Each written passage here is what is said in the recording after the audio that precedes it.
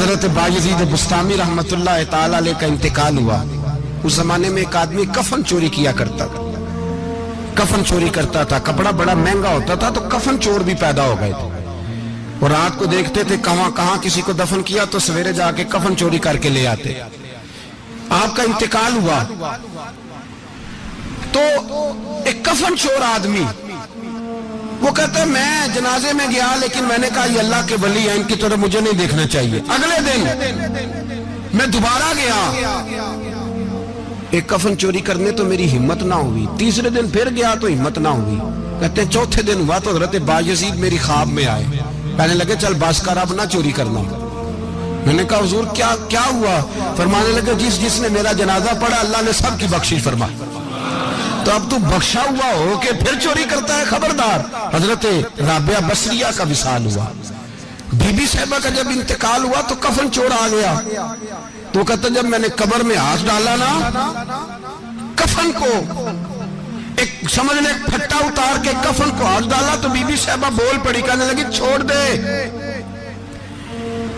خبردار. کہتے میں کانپ گیا, سکتہ طاری ہو گیا. مردہ بول پڑا ہے.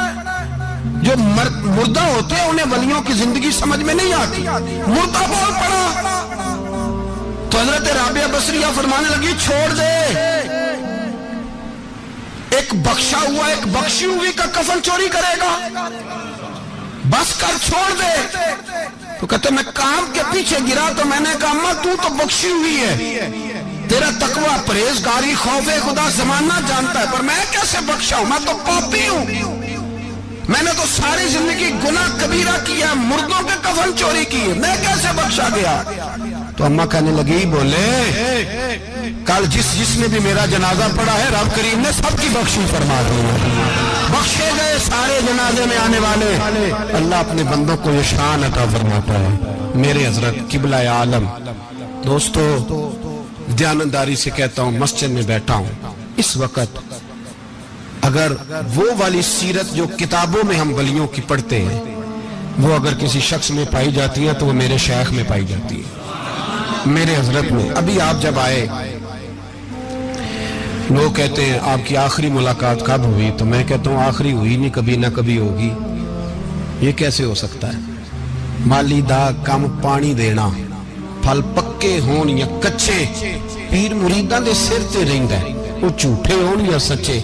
ہماری تو ملاقات آخری کی, ہم تو جنت میں بھی کٹھے رہیں گے, ان کے قدموں میں رہیں گے, اور ہم اللہ سے دعا مانگتے ہیں جنت میرے کس کاری جتھے یار نظر نہ آوے, او دوزخ میں لکھ بہشتاں جتھے سونا آوے جاوے, تو وہاں بھی کٹھے ہوں گے. میں ابھی آخری دفعہ جب گیا تو یہ عزیزم ابرار بھی میرے ساتھ تھے, اجازت ہی 2 لوگوں کو ملی وہاں تک جانے کی, آپ کراچی تشریف فرماتے, تو میرے ساتھ تھے. 2 گھنٹے ہم بیٹھے رہے, بے خبر ہو جو غلاموں سے وہ آقا کیا. 6, 7, 8 گھنٹے انتظار کرنا پڑا, شکن بھی نہیں آیا. نکاح جی کہتے ہیں اسے بٹھاؤ. تو بندہ کسی جگہ کا اپنے آپ کو کتا بھی کہے تو کتے تو بیچارے ساری دیہڑی باہر بھی نوکری کر جاتے ہیں, یہ بھی نہیں کہتے میں نے اندر آنا ہے, وہ تو کبھی کہتے ہی نہیں. انہوں نے کبھی کہا ہے بندہ سگ بھی کہلائے اور پھر وہ ڈیوٹی بھی اور طرح کی کرے, نوابوں جیسی ڈیوٹی کرنا اور بات درویشی اور غلامی کی کرنا, یہ کیسے 2 باتیں تو نہیں ہوتی, بات تو ایک ہوتی ہے. جڑیاں خسماں دی وچن عذاب وسن بھاگ جاگ جاندے ہو نہ گولیاں نے. کئی گھنٹے انتظار کیا تو کئی لوگ آئے, حضرت کب آئیں گے, چلے گئے. کئی آئے تو وہاں ایک مولانا بوڑھے بیٹھے تھے, مولانا اسرائیل ان کا نام تھا. تو مجھے کہنے لگے مولانا آپ نے نہیں جانا؟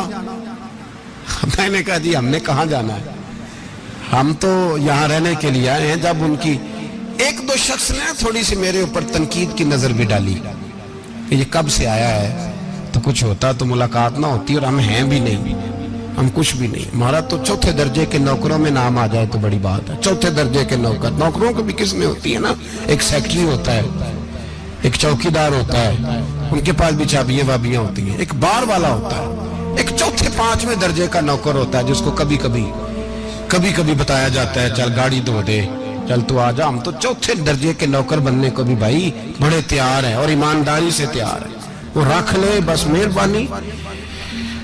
تو حضرت بیٹھے رہے, دیر ہو گئی, تھک جاتا ہوں, تھک گیا.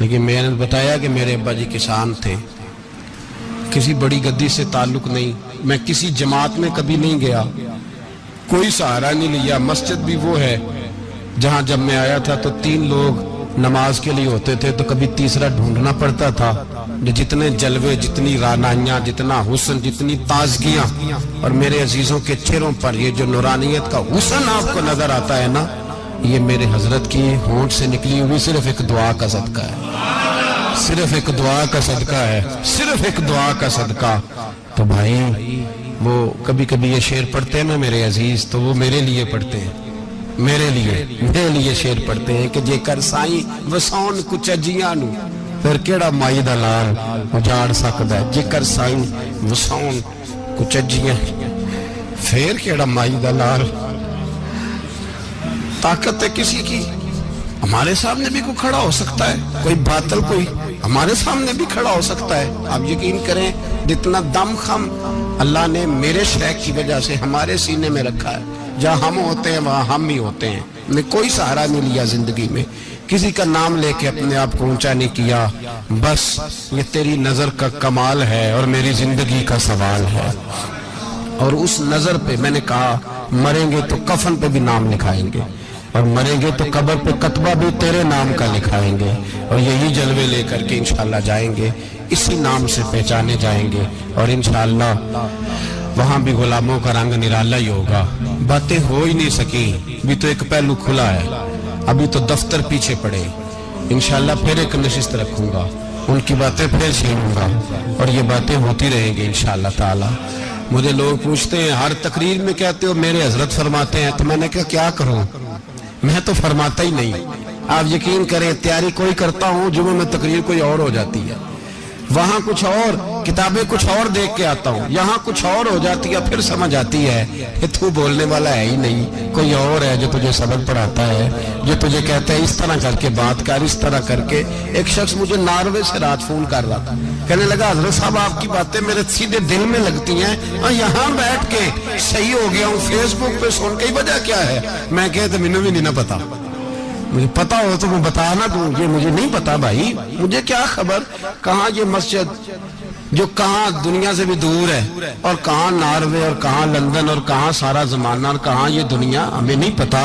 بس اتنی بات ہے کہ مالی دا کم پانی دینا، پھل کچے ہون یا پکے، تو پیر مریداں دے سر تے رہندا ہے، جھوٹے ہون یا سچے، یہ پکی بات ہے، یہ کنفرم بات ہے۔ اور مجھے تو کبھی کبھی لگتا ہے وہ صرف میرا ہی خیال نہیں رکھتے، جو مجھ فقیر سے جو وابستہ ہیں ان کا بھی بڑا خیال رکھتے ہیں۔ کئی دفعہ مجھے اپنے کئی عقیدت مندوں مریدوں کے پیچھے ان کے جلوے نظر آتے ہیں، مجھے ایسے لگتا ہے جیسے چھا گئی ہے ان پر میرے حضرت کی نورانیت، مجھے رنگ نظر آتا ہے اپنے درویشوں میں ان کے حسن کا۔ بس دعا کریں تا ابد آستانہ یار رہے، وہ آسرا ہے غریبوں کا۔ سرکار نے فلاح انسانیت کے لیے جو دوسرا کام کیا نا، وہ لوگوں کو احساس دلایا ہے کہ اگر غلطی ہو جائے تو تم نے بندوں کے سامنے اپنے آپ کو کلیئر نہیں کرنا، تم نے تو رب کے سامنے اپنے آپ کو کلیئر کرنا، اللہ کے سامنے تم نے بچنا ہے کہ میرا گناہ معاف۔ اور حضور احساس پیدا کرتے تھے۔ بخاری شریف میں قبیلہ غامدیہ کی اس عورت کا تذکرہ موجود ہے جو خود آئی تھی، کوئی گرفتار کر کے نہیں لایا تھا، از خود آئی۔ احساس پیدا ہو گیا نا گناہ کا۔ یہاں بہت ساری غلطیاں کر کے بھی لوگ جب اپنی بات کرتے ہیں تو کہتے ہیں کبھی یاد تو نہیں کسی کے ساتھ زیادتی کی ہو، یاد تو نہیں کبھی کسی کا، بھئی آپ نے اتنے بڑے ولی ہونے کا دعویٰ کر دیا۔ انسان تو انسان رہتا ہے، بڑے بڑے لوگ کہہ گئے کہ یا اللہ اگر انجانے میں بھی بھول گئے ہیں تو ہم سے درگزر فرما، لیکن جب ہم تیار ہی نہیں ماننے کو۔ حضرت انس بن مالک کہتے ہیں وہ خاتون آئی، کوئی پکڑ کے نہیں لایا، کسی 14 دنوں کے ریمانڈ پہ نہیں اسے منوایا گیا، اسے وہ خود بخود آئی، اور کریم محبوب علیہ السلام کے سامنے جب وہ کھڑی ہوئی تو اتنے درد سے میں نے کم لوگ روتے دیکھے ہیں جس درد سے وہ روئی۔ عرض کرنے لگی حضور میں غلطی کر بیٹھی ہوں، مجھ سے زنا ہو گیا، مجھے پاک کر دے۔ تو محبوب کریم علیہ السلام نے فرمایا تو کیسے ثابت کرے گی تو نے گناہ کیا؟ یعنی مجرم کو ثابت کرنا پڑ رہا ہے کہ میں گناہ گار۔ یہ وہ کمال ہے کہ انسانوں کو احساس ہونے لگے کہ یہاں ہم غلط ہیں، جب اعتراف جرم ہوتا ہے، جب بیماری کی تشخیص ہوتی ہے تو پھر اس کا علاج بھی ہو جاتا ہے۔ حضرت انس بن مالک کہتے ہیں وہ عرض کرنے لگی حضور میرے پیٹ میں ناجائز بچہ ہے۔ حضور نے فرمایا جا جب بچہ پیدا ہو تو پھر آنا۔ وہ 8 ماہ کے بعد آئی تو اس کی گود میں پھول سا بچہ تھا۔ حضور نے فرمایا واپس جا، جب روٹی کھانے لگ جائے تو پھر آنا۔ وہ 2 سال 2.25 سال دودھ پلاتی رہی، پھر جب آئی تو بچے کے ہاتھ میں روٹی کا ٹکڑا تھا۔ کریم محبوب صلی اللہ تعالی علیہ وسلم سے آ کے جب اس نے بات کی تو وہ درد سے روئی، کہنے لگی یا رسول اللہ 3 سال ہونے کو ہیں، میں نے گناہ کیا ہے، میں ساری رات سو نہیں پاتی۔ حضور تڑپتی، اگر اس حال میں مر گئی تو اپنے رب کو کیا منہ دکھاؤں، مجھے پاک کر دے، میرے حال پہ رحم فرمائے۔ محبوب کریم صلی اللہ علیہ وسلم نے بچہ ایک صحابی کو دیا، فرمایا بچوں کی طرح پالنا، اور کہا اسے لے جاؤ، پتھر مار مار کے اسے سنسار کر دو۔ صحابہ کہتے ہیں اسے پتھر لگ رہے تھے اور حضور بے چینی کے ساتھ ٹہل رہے تھے۔ آ کے خبر دی حضور وہ تو وصال کر گئی، انتقال ہو گیا۔ فرمایا یہاں تک تو بات اس کی تھی۔ حضرت انس بن مالک کہتے اب محبوب کریم نے صحابیات سے فرمایا اسے غسل دو، کفن پہناؤ، جنازہ تیار ہو جائے تو مجھے خبر کرنا۔ حضرت انس بن مالک کہتے ہیں غسل ہوا، کفن ہوا، جنازہ تیار ہوا تو حیران ہم تب ہوئے جب میرے محبوب نے فرمایا صفیں بناؤ، میں خود جنازہ پڑھاؤں گا، میں خود جنازہ پڑھاؤں گا۔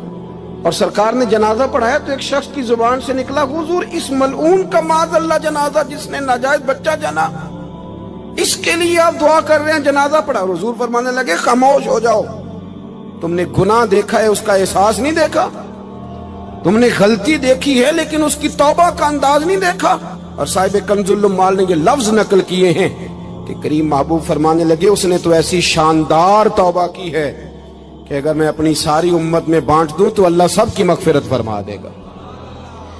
احساس جب پیدا ہو جاتا ہے نا اپنے دل کے اندر کہ یہاں میں غلط ہوں، ان العبد اذا اعترف ثم تاب تاب اللہ علیہ او کما قال نبی صلی اللہ علیہ وسلم، رواہ مشکات۔ حضور نے فرمایا جب کوئی بندہ کہتا ہے نا اللہ میں بھول گیا تھا، اور پھر وہ توبہ کرتا ہے تو رب اس کی توبہ کو فوراً ہی قبول فرما لیتا ہے۔ پہلی بات یہ کہ عقائد کو مضبوط رکھیں، مضبوط عقائد۔ اور یہ جو آج کل ایک اور ماحول چل رہا ہے کہ تھوڑا ادھر کو تھوڑا ادھر، عقائد وہی درست ہیں جن کی تشریح شیخ عبدالحق محدث دہلوی نے فرمائی، عقائد وہی درست ہیں جن کی بابت حضرت مجدد الفسانی لکھ گئے، اور ان سب کو اگر کھلا کر کے بیان کیا تو امام احمد رضا فاضل بریلوی نے بیان کیا۔ انہی بزرگوں کی باتوں کو کھول کر ہمارے سامنے رکھا۔ مضبوط عقائد کی زندگی گزاریں۔ اور دوسری بات اگر کبھی کوئی غلطی ہو جائے پھر اس کا احساس پیدا کریں، پھر اس سے توبہ کریں۔ تیسری بات جو فلاح انسانیت کے لیے بڑی ضروری ہے وہ یہ ہے کہ تھوڑا احساس پیدا کریں دوسروں کا۔ میری زندگی میری ذات سے شروع ہوتی ہے، میری ذات سے، میرے سے ہنس کے بولو، میری بات مانو، میرے پیچھے چلو، میرے آرام میں خلل نہ آئے، میری طبیعت کے مطابق۔ بھئی آپ کی طبیعت کے مطابق چلیں تو پھر تو آپ بہت بڑے خود غرض ہوئے کہ آپ نے صرف اپنے لیے سوچا۔ محبوب کریم کا کمال یہ تھا کہ حضور نہ دوسروں کا بڑا احساس فرماتے تھے۔ آپ بخاری مسلم کی وہ حدیث پڑھیں تو حیران ہو جائیں کہ سرکار فرماتے ہیں میں جب نماز کی نیت باندھتا ہوں تو میرا دل کرتا ہے میں لمبی نماز پڑھاؤں، جب میرا کسی کام کرنے کو دل کرے تو پھر میں ساری دنیا کو چلنی پڑے تو میں کر جاتا ہوں، لیکن حضور فرمانے لگے کہ میرا دل کرتا ہے میں لمبی نماز پڑھاؤں، لیکن پھر میرا خیال آتا ہے کہ پیچھے بوڑھے بھی ہیں، بیمار بھی ہیں، بچے بھی ہیں۔ یا رسول اللہ نماز اللہ کی اور خیال بندوں کا؟ فرمایا میں بوڑھوں، بیماروں اور بچوں کا خیال کرتے ہوئے اللہ کی نماز کو مختصر کر دیتا ہوں۔ احساس جب طبیعت ہمارے ہاں نا تیزی کے ساتھ احساس ختم ہوا ہے، تیزی کے ساتھ ہم نے اتنی نفی شروع کی ہمارے تو اہل تصوف میں، اللہ ماشاءاللہ اب تربیت کا طریقہ یہ ہے کہ صرف میں ہوں، میرے سوا کوئی بھی نہیں۔ صحابہ کرام علیہم رضوان کی عادت تھی کہ جب کسی سے ملاقات کرتے تو السلام علیکم کے بعد سورہ عصر کی تلاوت کیا کرتے تھے۔ اس کا مقصد ایک دوسرے کو سبق یاد کرانا ہوتا تھا، نئے سرے سے عزم نو کرنا ہوتا تھا۔ اس صورت کے مضامین ایک دوسرے کو یاد کرانا مقصد تھا۔ سورہ بڑی معروف ہے اور قرآن مجید کی جو الفاظ کے لحاظ سے مختصر صورتیں ہیں ان میں سے ایک ہے۔ اللہ تبارک و تعالی نے قسم اٹھا کے کہا والعصر، محبوب مجھے تیرے پاکیزہ زمانے کی قسم ہو، محبوب تیرے خوبصورت وقار والے، خلوص والے، پاکیزہ بھائی چارے والے تیرے زمانے کی مجھے قسم ہو، ان الانسان لفی خسر، بے شک انسان نقصان میں ہے۔ مطلق فرما دی، تاکید لگا کے، ان